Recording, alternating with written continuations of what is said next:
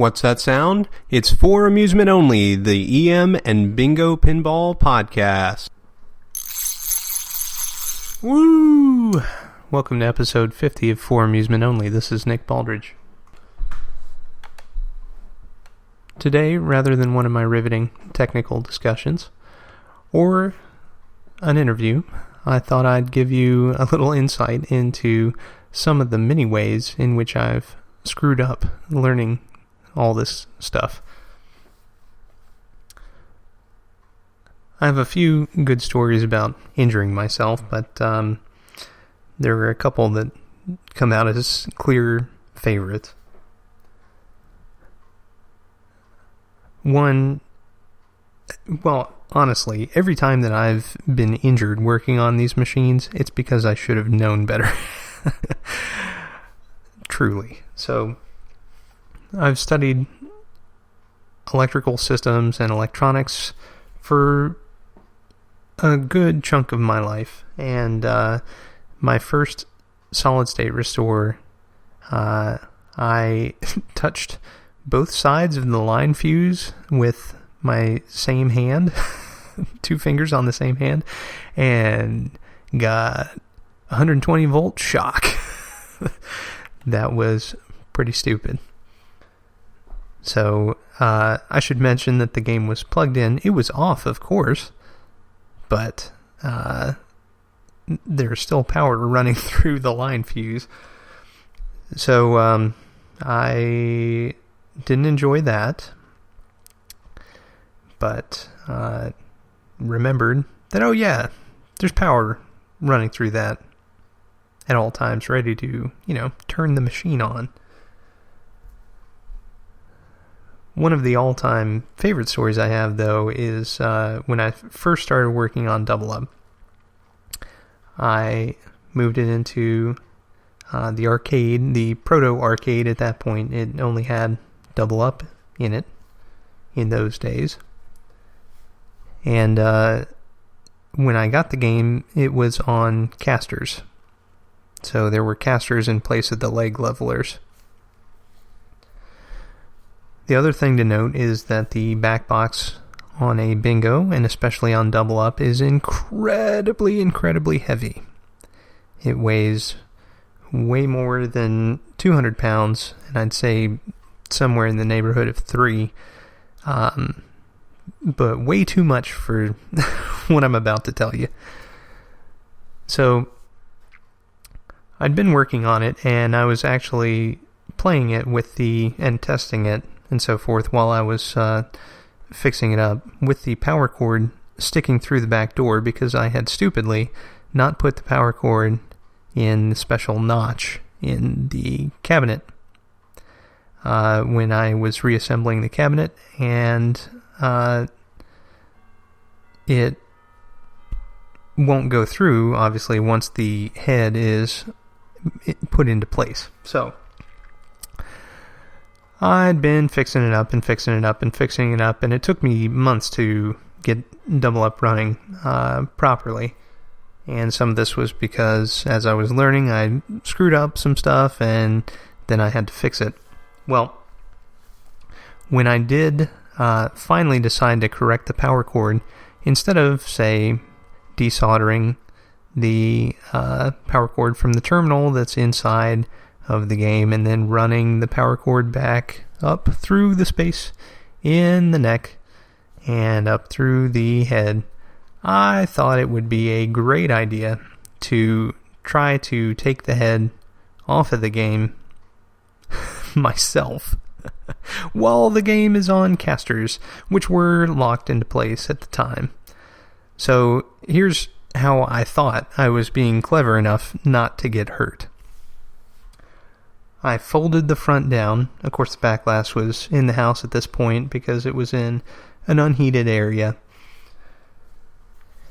And that was folded down onto the cab.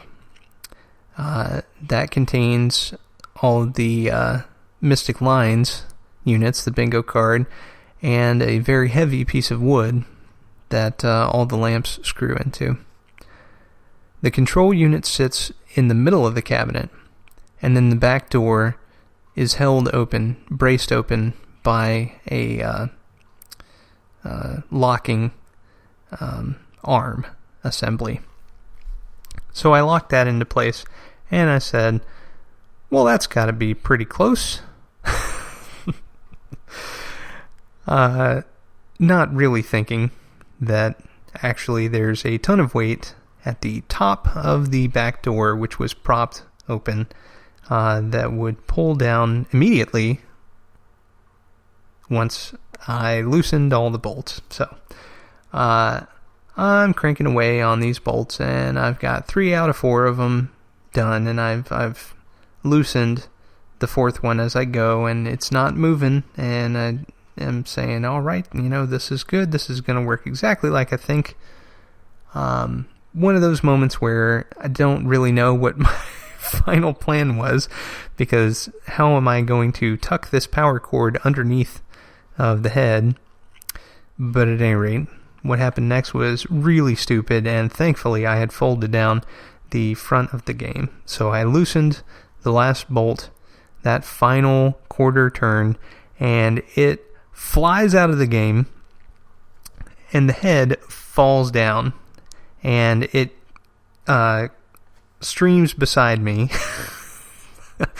and I pass through the center of it as if in a cartoon when the building falls and the character is unharmed because they were standing in the place where a window would be. Well, I reached out, and this is another stupid thing, and caught the head and braced it up against the cabinet body.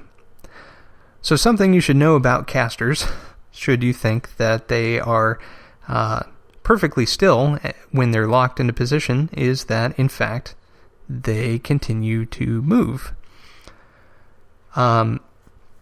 So I've got this thing basically braced on a corner of the head, on a corner of the cabinet, and I'm pushing with all my might, and I can barely move it. I can barely hold it in place. It is so freaking heavy. And I knew that if I let it drop, that the game would be destroyed. I mean, there would be no way, really, to fix the trip bank, which would be in 1 billion pieces, or the search motor and disc, which would also be in 1 billion pieces. So I ended up making some kind of horrible noises, and the people in the house happened to be right off of the arcade, and they heard me. I am incredibly thankful that they did, and 2 of them came down and helped me brace the head. One of them pushed on the cabinet while 2 of us got the head back into position, and I bolted it back in. At that point, I was sick, from the adrenaline leaving my body. That was an incredibly frightening thing, and I wound up getting all kinds of scratches and scrapes on my eyes and, that my face from the relays flying past at high speed. So the lesson there, as I mentioned in, I think, my episode about transporting a game, make sure that the power cord is tucked into the neck, and you take it out before attaching the head. It's not as big of a problem on a typical EM flipper pinball. Obviously, you don't want to pinch the power cord, but I mean, you'd be able to do what I was trying to do with the bingo, but a bingo is an awful lot heavier. So, definitely learn from my mistake there, and I know that I certainly have. And I don't do that anymore. The other thing I don't do, as I mentioned before, is touch the line fuse while the game's plugged in.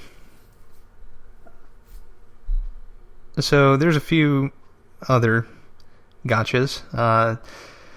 2 of my additional favorites when I was, again, this is all double up stuff, because that's where I learned how not to do an awful lot of stuff.